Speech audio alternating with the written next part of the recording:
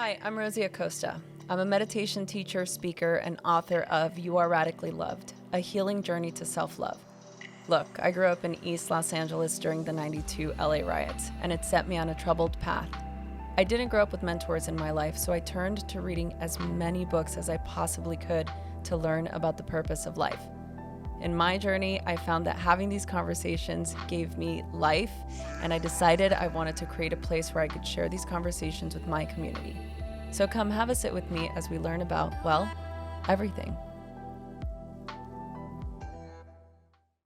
Hello, everybody. Welcome back to Radically Loved. I am joined by, I say this every time. I say we're going to be joined by a very special guest, but truly, those of you that have been listening to this podcast since 2016 know how special this particular conversation is going to be, because the woman here today has been such a huge inspiration in not only my path and my journey, but just my ability to inquire within. We have Miss Bryon Katie on the show today. Thank you for being here.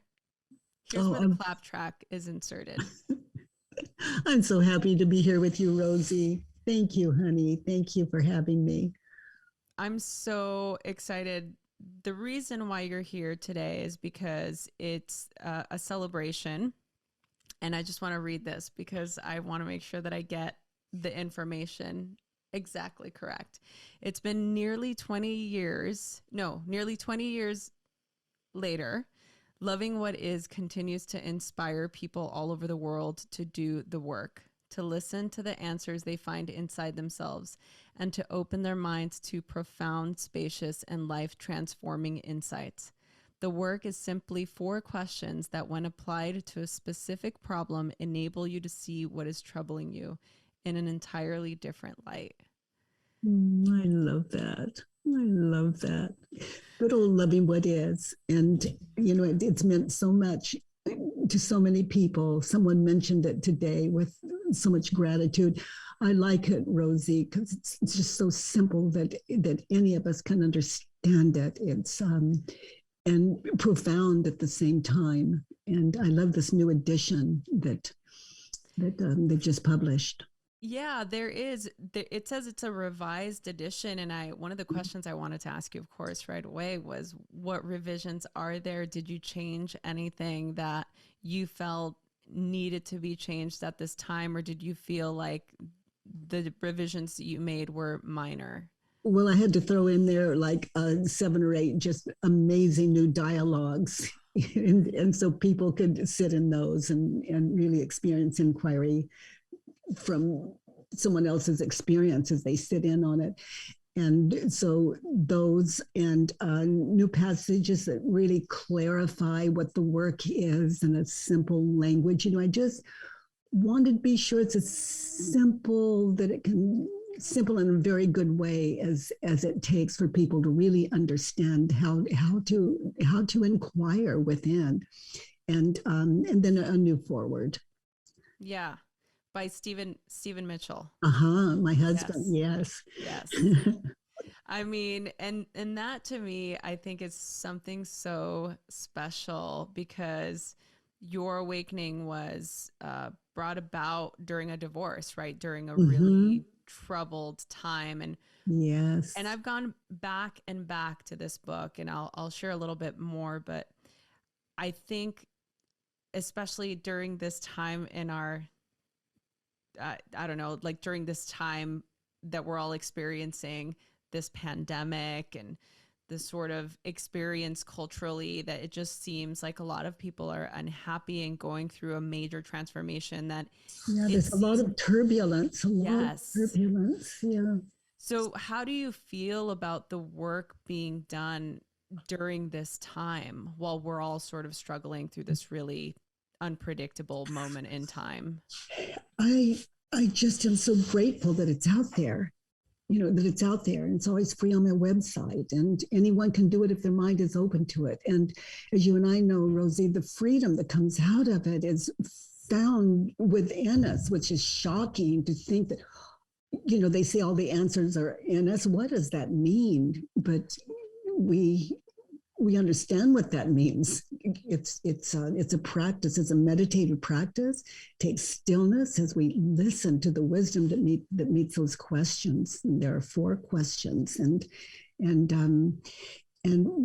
I don't know how to draw people to it other than in these 20 years, people like you, people like me, we discover the work which is really inside of us individually. It's inside of us, and we discover it, and we pass it on.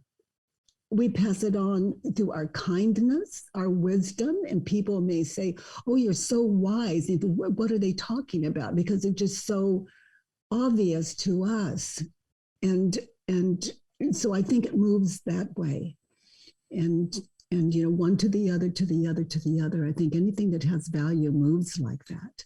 Yeah. And the world is in us. So, in other words, the way I see you and him and her and them, the people in the world, if the way that I see them, that is who they are to me. So if I am not compassionate or intimate in a way of meaning like compatible when I think of the people in the world, and like who come through the news and through the books and television, webs, all of it. If I'm not understanding and at peace and compassionate with everything I read and see and think, then I have a little more work to do. And what that leaves for me, for example, is loving what is my world. And so, the work is about, it's an intimate experience. It's an intimate experience. Like at first, like just walking down the street, it was difficult for me not to just walk up to someone and hug them and say, "I'm so glad you're here," because it's just strange. So to feel it without doing it, and to take in all of that connection to just a human being on the street, for example.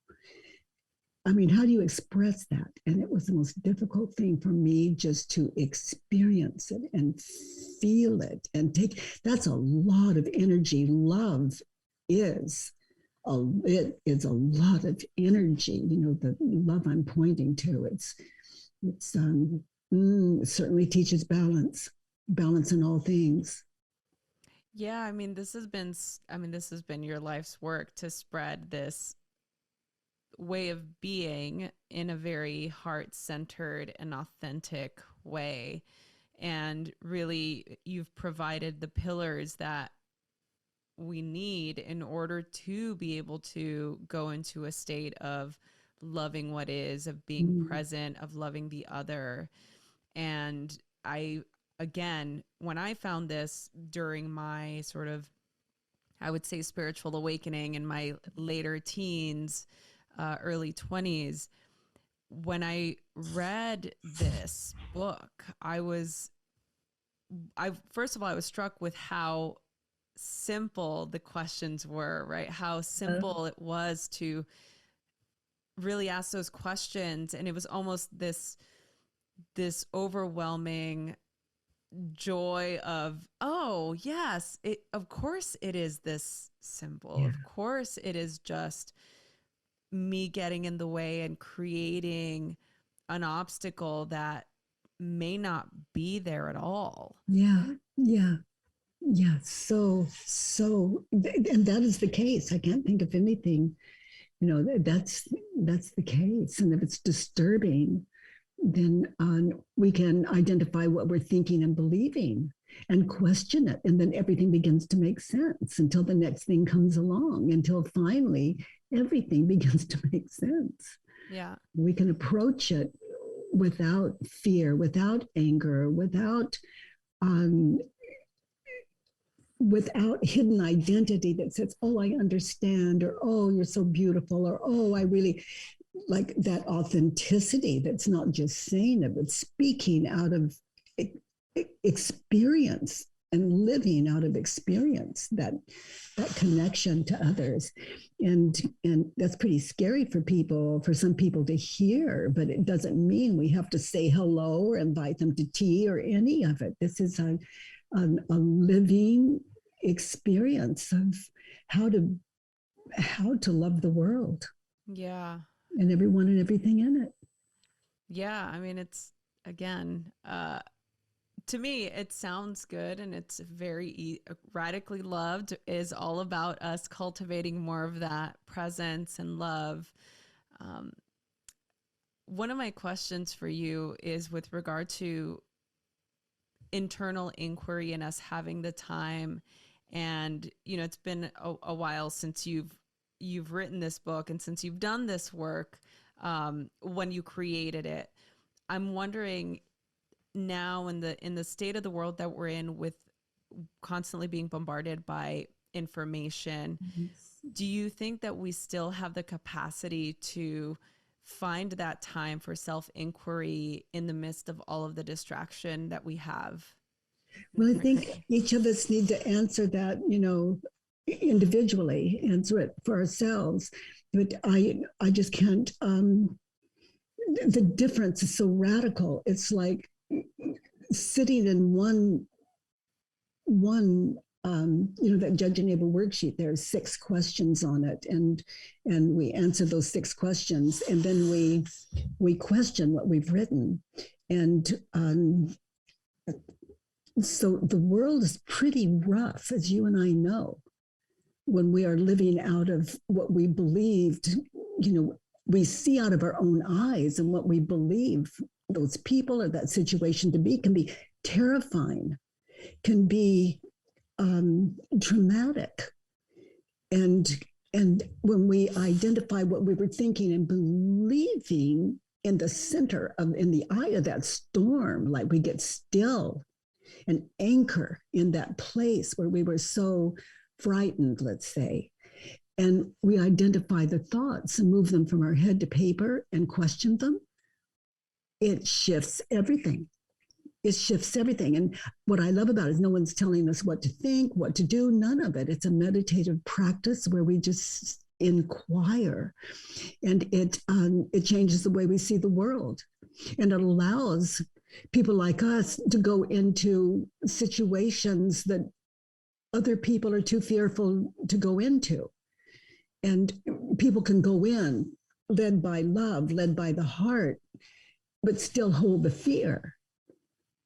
And we can go in fearlessly into. I just love the ability to be with the world, being agoraphobic and so suicidal for so many years, and to find something so empowering inside of me, this lost, over 200-pound woman, human being. It's just too confused to even brush her teeth. Oh, just horrible. And to be popped out into by the wisdom within that was so hidden by ego, pure ego. So that's where I began to love the ego. And I would just let it talk and take dictation, like write down what it's saying, like the world's a terrible place. They're going to hurt you. No one cares. There's something wrong with me. I don't have a purpose. I mean, all of these things, it's a torture chamber. And to be able to question that, and the wisdom within to meet those questions, and the exchange that takes place is so radical. Even my children didn't recognize me. And I'm not the only one that has experienced that in this world. Our bodies look the same, but our let's say personality, just to keep it simple, our personality has so radically shifted that in that we're unrecognizable. It took my children a long time to really trust that old-minded mother wasn't going to appear again. And by the way, what are you doing out of your closet, your bedroom, your home, and free in the world? It's quite a gift to understand, and that's what I hope for the new revision of this book that's already so changed so many lives. But I love that people through this book can understand what loving what is really means. Yeah, I mean, I can just sit here and listen to you just talk about it forever. You know what I love? If we're paralyzed from head to toe and the doctors say no hope, if we love everything we think, we're okay. So this really is the love affair with the self. Yeah. I mean, how do you speak to, how does this speak to the people out there who are in that state of they've never experienced joy or connection in their life. They don't know what that's like, and they have a desire for something else than what they are currently living. Yeah. Well, there's no way to guess what comes. Like the two of us can speak to how radical the experience of going from this to that is. But there's nothing we have to do with it. It's something we realize. And so I would say to people who fear it, you don't have to do anything with it. It's just something to realize. It's to experience a more enlightened mind. And people who sit in this practice stay in touch. I don't even know if that's the right way to say it, but understand what the enlightened mind is. For me, it means it goes from darkness to, oh my gosh, I understand, like an awakeness. Yeah. And presence. Oh, presence. Like, it's so good. Can you give us an example of the ego getting in the way of that?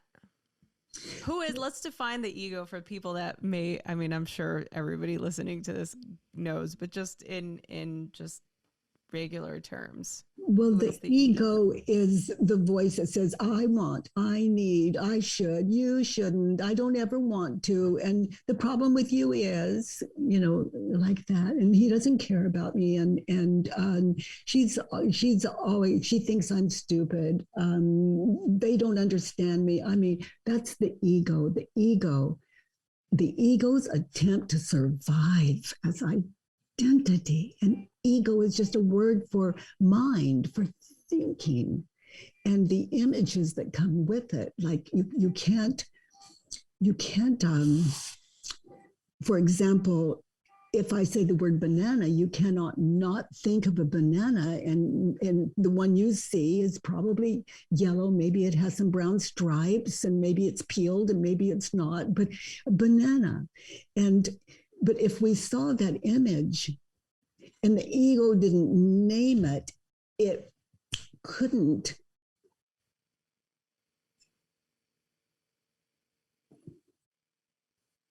I'll just say it this way. It couldn't convince this I that I am the things I believe me to be, or the things I believe you to be, because the things I believe you to be are about me too. I believe you to be. So there's nothing that isn't about identity. So I just fell in love with this little lost child that everyone's at war with, or I could say I was so at war with and didn't understand. And we started making love. I identified it in my head. And that's, those 6 questions on the worksheet. And then I just sat with the ego, which I invite everything to do, and question one belief at a time and come home. And eventually that ego begins to trust, and it can rest in the heart. It's found a home. And in that, separation ceases to be. And we're at peace with everyone and everything. And it's a process. Yeah. Yes. It's a journey. This is Earth School. Yeah, no, I love you talk about that. And I want you to let everybody here know what Earth School is. Yeah, Earth School is it's if you think of your first memory, or the first memory you can remember would be the first memory that you can remember, that would be it. And then you to find that first memory, the oldest memory you can recall, is to see your approximate age and see where you are. Are you standing? Are you sitting? And where are you sitting? And how old are you? And maybe even what you're wearing. But you just anchor when it shows itself to you. You just anchor there. And then, who were you just prior to that? And what is it that brought you into Earth School? And it was the first I thought. So it's like, I am. And my first memory, the oldest one I can recall, is I am this little girl reaching up to my sister to hold my hand to walk out the back door. And in the door, there's a glass frame, and I can see the sun coming through it. And that's my first memory. And I can't see exactly what I was wearing, but I can see me reaching up for her hand, and I can see the sunlight through the glass. And we're standing in what looks like what I recall as a kitchen. So what is it? I am, there it is, wanting to go outside with my sister. So I was born of I am. And prior to that, that's my oldest memory. So there's nothing prior to that. So we could say I was born at about 3 or 4 years old. And that was my entrance into Earth School. And then I invite people to look at their second oldest memory. And usually, often it's 2 years later, 3 years later, or whatever. But what is in between? If I can't remember it, it's not mine. It doesn't mean it didn't happen, but if I can't remember it, it's not mine. So I am approximately 3 here, and I'm about 5 years old here. I'm walking to kindergarten. My mother's holding my hand. Okay, so Rosie, in between that time, what happened? What happened? And for my mother, a lot when I ask her about it. For me, nothing. So it's and all the time I was being fed. I slept. I did all of that. But okay, so the ego now, it's like it doesn't sleep. It's so identified. It just doesn't sleep. But once we understand it, it's not that it sleeps. It's just unnecessary for it to identify. It's resting in the wisdom of the heart. So now, to answer your question, Earth School is opportunity to wake up. To wake up to reality and our true nature. And that's immovable. So we're here to recognize that, and it's infinite.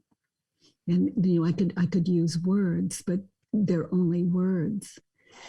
But I have definition like peace, connection, love, understanding, kindness, compassion.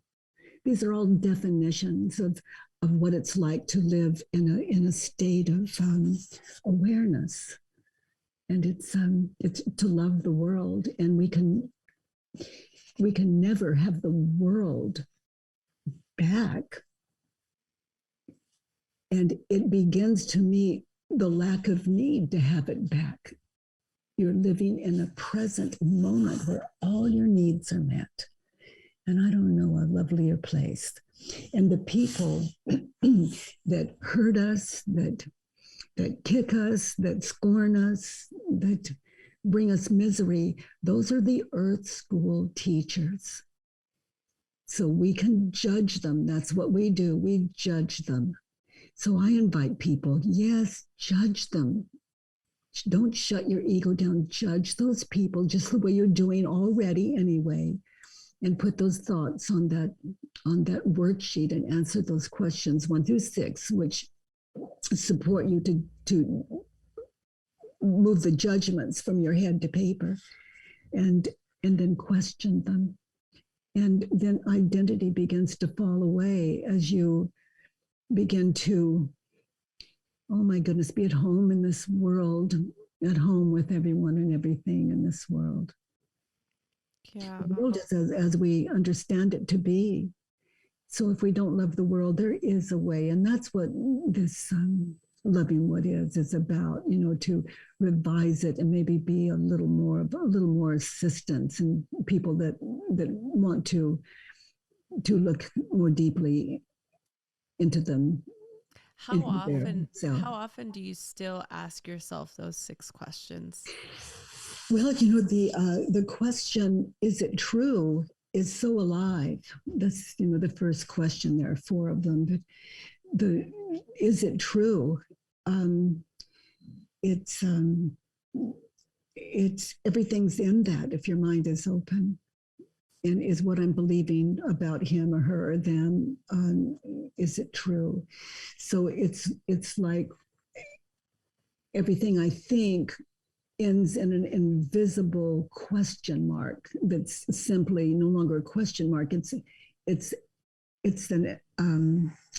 experience. So I'd say maybe I had the thought, he doesn't care about me.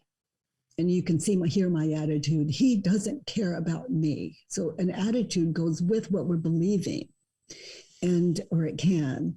And here's what it feels like inside of me. He doesn't care about me. You hear the question mark? It's invisible.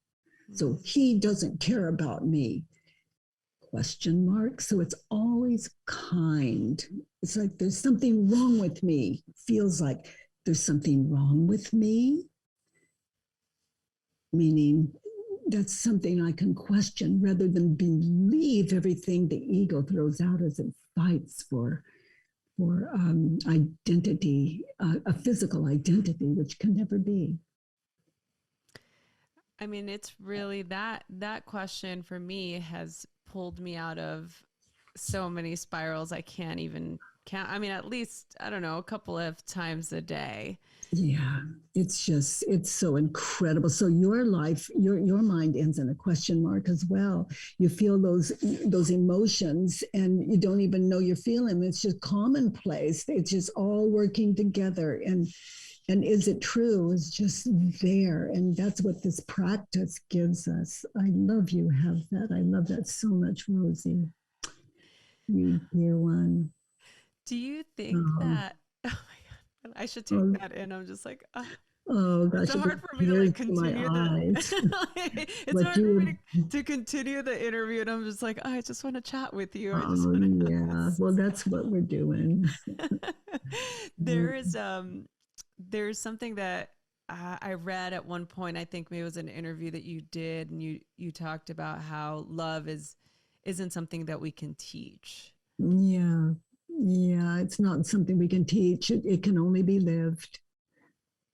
Yeah. And I pointed to it earlier, but the people who frighten us, hurt us, affect us in ways that we experience as painful, if we identify and question what we're thinking and believing when we're so hurt, then it shifts everything, and we begin to understand. We begin to understand that not only is that an earth teacher, not only is that person my teacher, but they're giving me all the any little breadcrumbs that have been missed along the way. And I think, we have a very turbulent United States and world.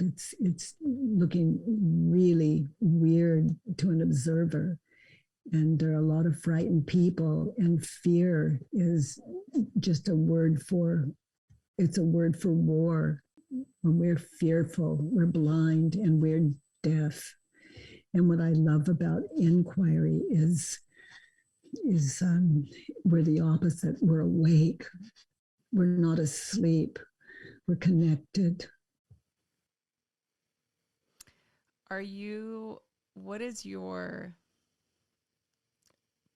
hope or prayer for our future? That people understand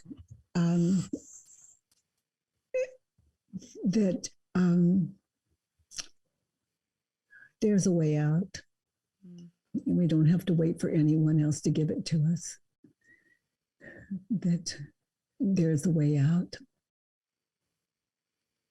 There's a way out, and it's not suicide. It is in a way, because we shift identity when we live a life of inquiry. A great mind said, a life without inquiry is not worth living. And that's my experience as well in my particular case.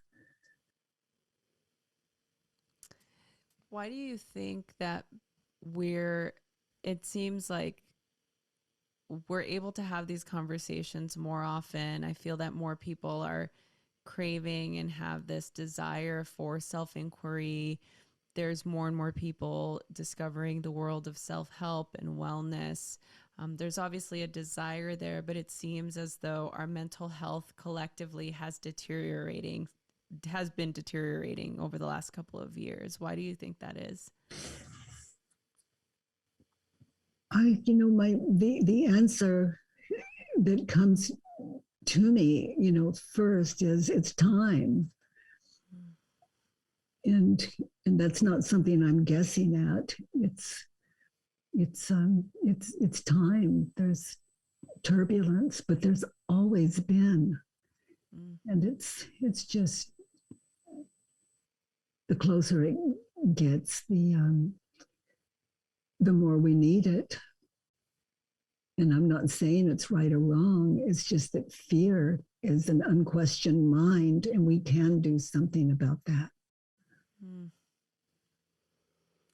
That's so good. That is so good. Fear is an unquestioned mind. That is the answer. For me, if I had to give an answer for why this collective situation is happening, is because of that. And I love that answer so much. What do you do for yourself? You have lived such a beautifully successful life since your awakening and sharing your experience with millions and millions and millions of people all over the world. How do you continue to care for yourself and your own mental well-being, spiritual well-being today? It's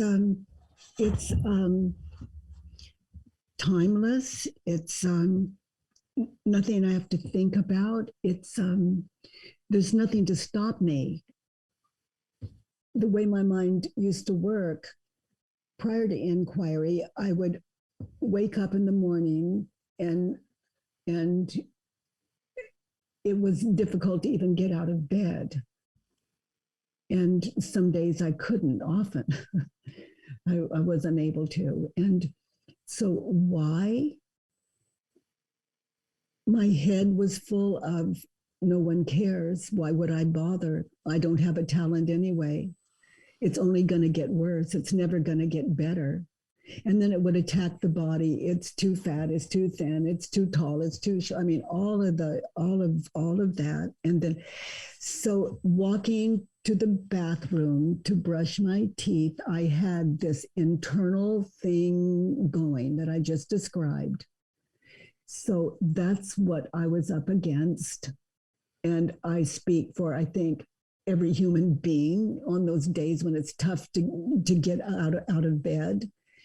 Just notice the mind, what you're thinking and believing, and then just 10 or 15 minutes just meditating in what am I thinking, believing, and then filling in those 6 questions on that worksheet.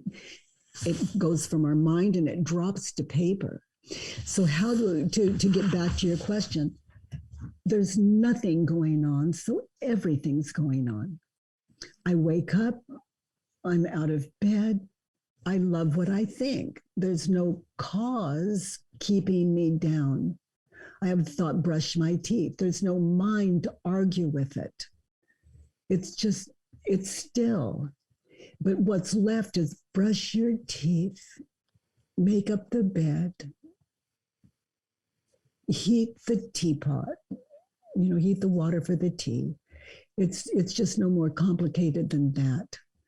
And it's, gosh, I guess that would sound impossible if I were hearing it out of my old ears, but I question internal war. And what I'm left with is a way of living that is of service. And the greatest service, if we can't do it from home, what value is it? So I brush my teeth, I heat the water, I go to my Zoom and sit with my friend Rosie. There's nothing to stop me. Right. Oh, thank you so much. I want to, as usual, just continue this conversation, and but I want to be respectful of your time. So I do have one final question for you.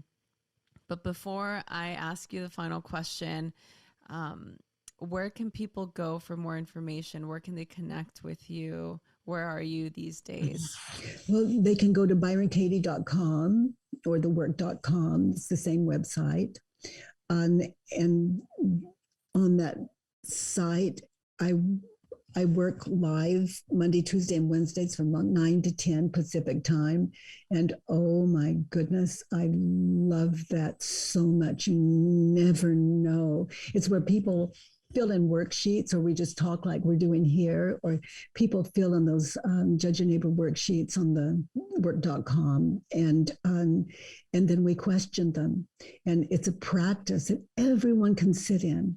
And the courage of the people, we spoke to this earlier, but the courage of the people that pop into that Zoom event, oh my, it blows my mind. I just don't know how people can be so courageous. And then we all get to witness that.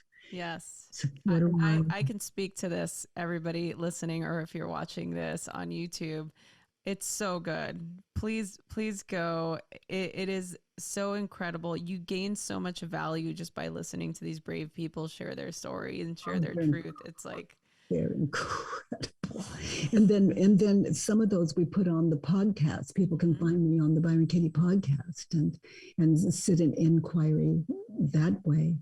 But the most powerful thing is to find a situation where you were hurting and identify what you're thinking and believing, write those thoughts down on the worksheet, and have a good life. Exactly. It's so true.